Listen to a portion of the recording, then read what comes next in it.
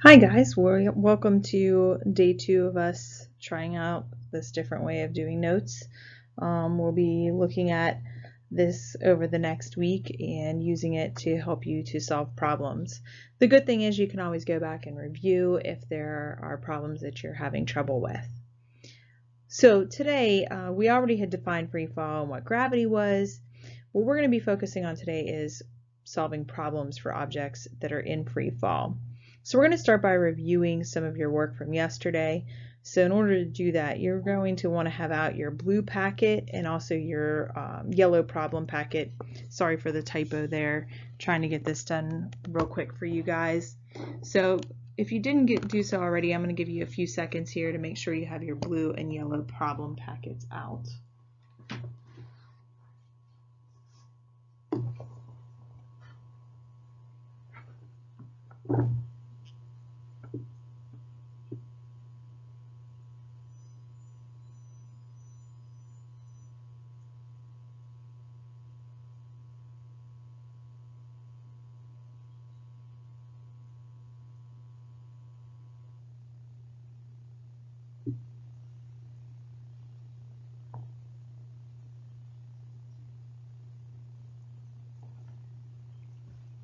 Okay, so looking at the definition for free fall, remember what we're talking about. Free fall meaning only gravity is acting on our object.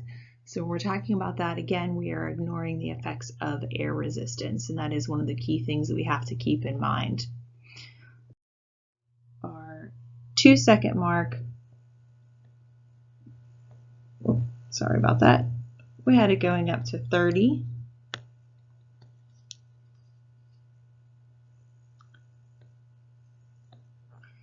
At 2 seconds, sorry. 30 at 3 seconds. Have 40 at 4. 50 at 5. And then 60. For the distances fallen, after 2 seconds, we figured out that it had fallen 20. After 3 seconds, it's 45. After 4 seconds, you should have gotten 80. After 5 seconds, you would have gotten 125. After 6 seconds, 180 meters. Okay, and I will be coming back and looking at some of the other questions that were on the side of that sheet. We're going to be looking at those questions a little bit more next week, but make sure you've answered those questions that are on the side of the sheet as well. If you have any questions about how I came up with any of those answers, just not sure about anything, not just with these questions, but throughout this presentation, you can go ahead and write a little note to yourself of what you have a question on, and you can address that one of 3 ways really. 1, you can reply to this announcement in the comment section and ask a question that way. 2, you could send me a message through Remind, or 3, you can certainly email me the question that you might be having. So any of those ways would work, and I will be getting back to you to help you through. To chart 1. When I'm looking at that, here's what I want to notice on chart 1. I want to notice that here, when my velocity is 0, I know that I'm at the top of my path. The top of my path. Well, let's see, does our distance correspond to that? Top would be the highest point. Well, we're at 45. If I look, everything else is lower. Now, this negative 35 and negative 80, what exactly does that mean? This would mean that I'm going downward in the opposite direction. So it's below the surface or below my initial point. So yes, 45, that's still my highest point. Those would be down below. So when I run out of speed, I've reached my highest point. Now notice coming on the way up and back down. notice that we hit the same exact position. So we're at 40 here, we're at 40 here. Notice also that our velocities here, one is positive 10, one is negative 10. If you look at the next one out, 25 and 25, same exact position, and we're hitting the same velocities. So this is what we're meaning by undergoing a constant acceleration. That constant acceleration is causing our velocity to change by the same amount every single time interval. So we're changing by 10 meters per second every second. So on the way up, our speed is decreasing by 10 meters per second every second, which that tells us that on the way up, our object position-wise is going to be covering less distance. Well, if we look between 0 and 1 second, we've covered 25 meters. Between 1 and 2 seconds, if you take 40 minus our 25, we get 15. So again, we're covering less distance between 2 and 1 second than we did between 0 and 1. If we look between 2 and 3 seconds, now look at the distance we've covered, only 5 meters, because we are slowing down. So since we are slowing down, we're not able to cover as much distance. Now if we look at the way back down, on the way back down, our acceleration is causing our object to pick up speed. It's working with our motion now. So our velocities are negative, our acceleration would still be negative on the way down. It's negative because it's working with our motion. Our motion is in the negative direction, our velocity is in the negative direction, and our acceleration would be negative. If we look at chart 3, that was the one that you were to do additionally, and I told you to make sure that you started with an initial velocity of 20 there. Here's what your chart should look like. Take a second to check your answers compared to mine.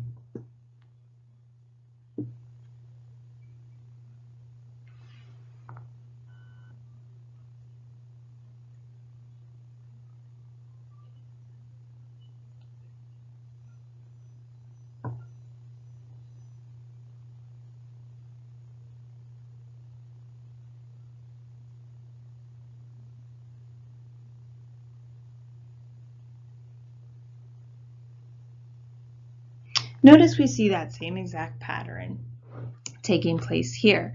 Here it's at the 4-second mark.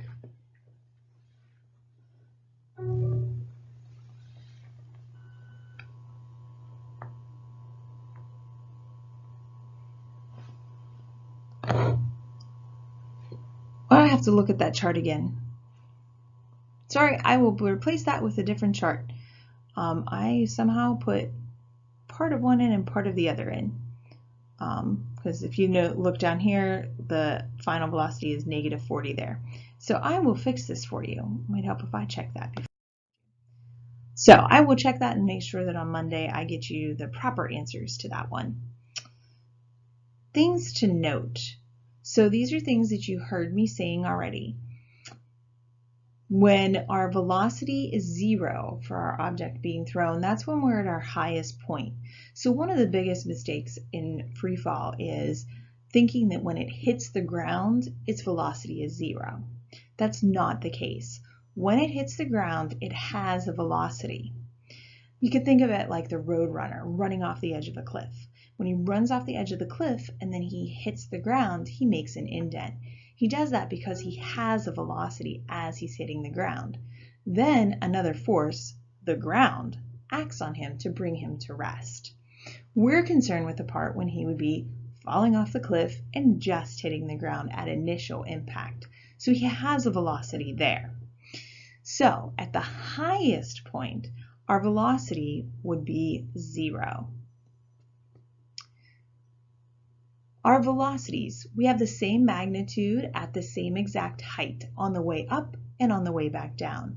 Remember, magnitude is just the number part, and that's what we were pointing out on those charts, that at 10 meters per second on the way up and 10 meters per second on the way down, we were at the same exact height. Our starting velocity and our ending velocity are exactly the same at the same height. So if you are standing and you throw a ball straight up at 20 meters per second and it comes back down, you will catch the ball at 20 meters per second. So what does that plus and minus for the velocity mean? Well, our plus and minus for velocity is going to tell us the direction it's moving. If it's plus, that tells us it's moving up. If it's a minus, that tells us our object is moving downward. What does that plus or minus mean in terms of our change in position? So a plus is going to tell us that our object is above our starting point, above the origin. Our negative is going to tell us that it's below our starting point, so below our origin.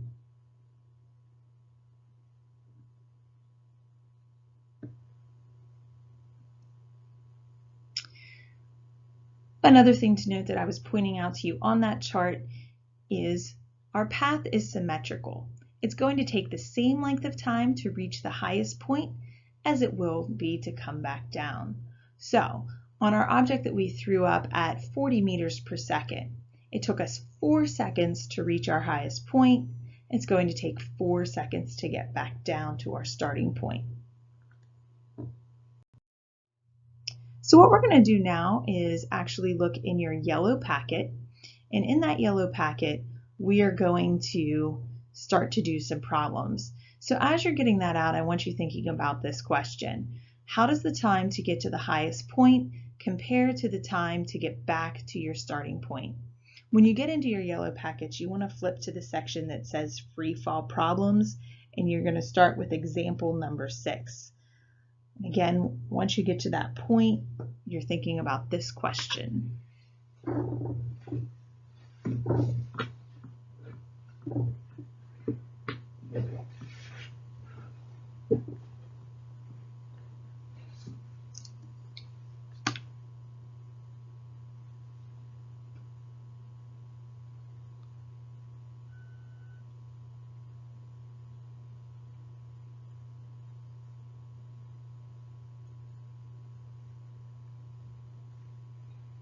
Okay, so the answer to that question, hopefully, as you were thinking about it, you realized that the time is the same, the time to get to the highest point and then to return back to our starting point.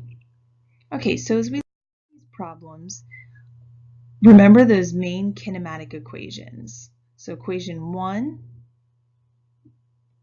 2, which you can add this equation now if you have not done so already to your equation sheet, and then equation 3. It might be helpful if somebody writes those equations up on the board. I'm going to leave a note for the sub to do that, but in case they don't, if somebody wants to write those equations really big up on the board, that may be helpful to the entire class. But you certainly can look at your own notes and refer to these equations as we start to do some of these problems together. Make sure you have out a calculator.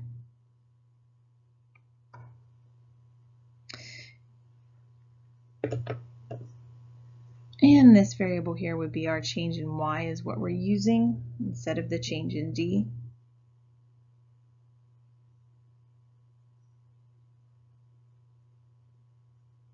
All right, we're going to go ahead and get started with some of our problems. These are those basic problem solving skills that I have gone over with you guys a few times now. Of course, we're going to start by reading the problem, rereading, and trying to figure out what exactly is the problem looking for.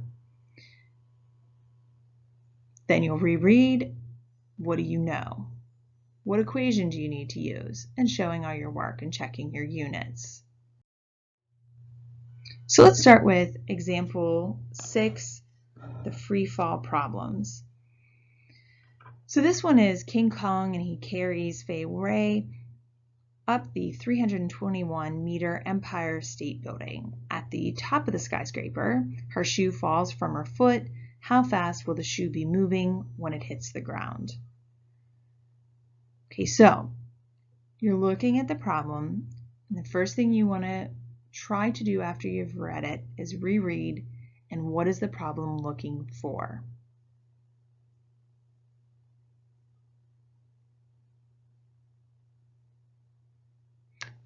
Hopefully in rereading, you've found how fast will the shoe be moving is what we're looking for.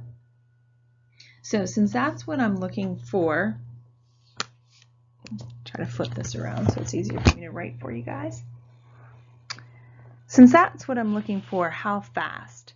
So the variable that I'm looking for when it's how fast, I know is my V final. And I know it because it's asking for when it hits the ground. Now, some of the things in free fall we have to know from the problem. For example, her shoe was on her foot and then it just dropped from her foot. So understanding that would mean understanding that the initial velocity of that shoe was 0 meters per second. We're dealing with free fall problems. Since we're dealing with free fall problems, in every one of these are acceleration due to gravity. Now that we're actually doing problems, we're going to be plugging in negative 9.8 meters per second squared instead of using that 10. The 10 was good for us when we were building concepts, trying to look at patterns, but now we're going to be more precise with our answers. Okay, so I know I'm looking for a final velocity. I know an initial velocity. I also know that the shoe starts off at a height of 321 meters. When it hits the ground, that's its final position, it's at 0 meters. So my overall change in position, remember that's final minus initial. So my final is 0 minus my initial 321 is negative 321 meters. So now we need to figure out an equation. What equation has V final in it? So if you look at your equation sheet, you're going to notice equation 1 and equation 3 have V final in them. If we look, equation 1 has it, but it also has time. Notice in this problem, I'm not given time. I am, however, given a change in position. So if I go down to equation 3,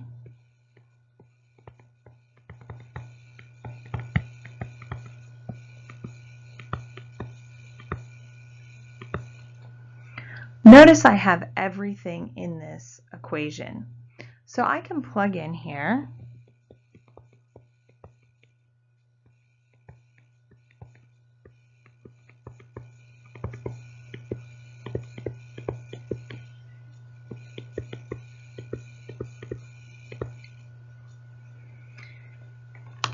so I'm going to take my 2 times my 9.8, my negative 9.8, times my negative 321,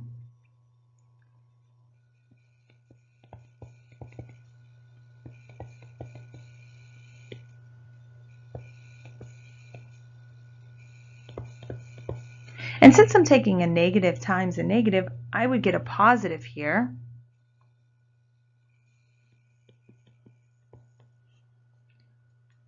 And I would get 6,291.6. And of course, that's my VF squared. So I would have to take the square root of this. Remember before I mentioned that plus and minus, and in the last part of the chapter, I wasn't as concerned. In this one, we know our shoe is moving downward. Since it's moving downward, I know my V final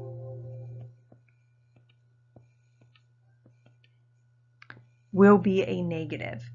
So I'm going to take the square root of that 6,291.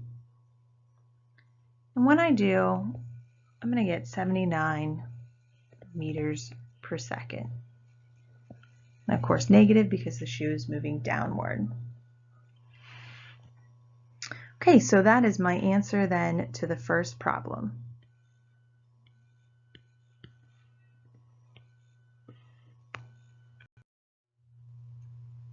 And I lost all of my writing there, so hopefully you can kind of go back in the video if you need to. But our change in y, 117.5 meters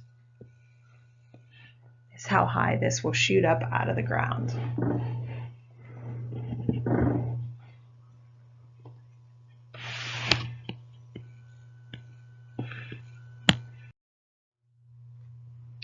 Okay, we're going to go look at another problem together. Example number 8. So in example 8, we have this baby blue jay sits in a tall tree awaiting the arrival of his dinner. As his mother lands on the nest, she drops a worm.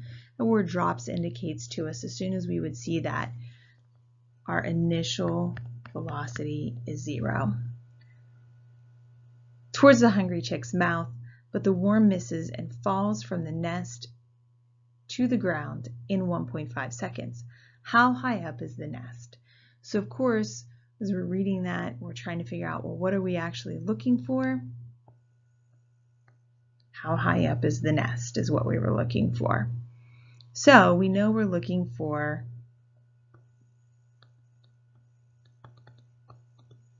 the starting height. I know that my ending height is 0 because it falls and it hits the ground. Okay, so looking at the other things I know, the mom drops it, so my initial velocity is just 0. It takes it 1.5 seconds before it hits the ground.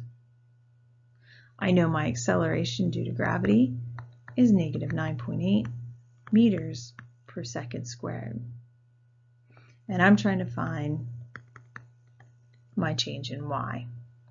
So I look at my kinematic equations and I decide which one would be the best one to use. Well, looking at this, the best one wouldn't be number 1, doesn't have a change in y in it. Number 2 has my change in y and it has time, which I have time. So number 2, change in y equals the initial times time plus 1/2 at squared. Now my v initial times time, my v initial is 0. We know 0 times anything, it's going to give us just 0.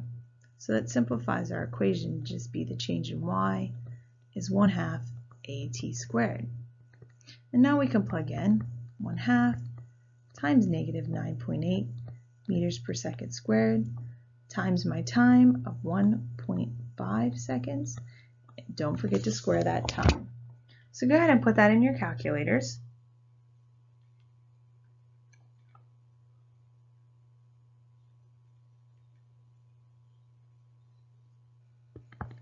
And when you put that in the calculator, you would end up getting a negative 11.025, and that a negative 11.025 would mean that it fell from a height of 11.025.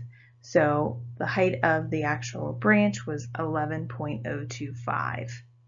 So with the few minutes that you have left in class here, you're going to apply problem solving that we just did to problems in your yellow packet. What you're going to end up doing is I want you to look at example 9. In this one, you're going to be rearranging for the time itself. So you'll finish example 9. Some of these problems in the yellow packet in Google Classroom, because you're going to be working through some of this stuff that was from the old book. After you finished example 9, check on the assignment page that I have listed here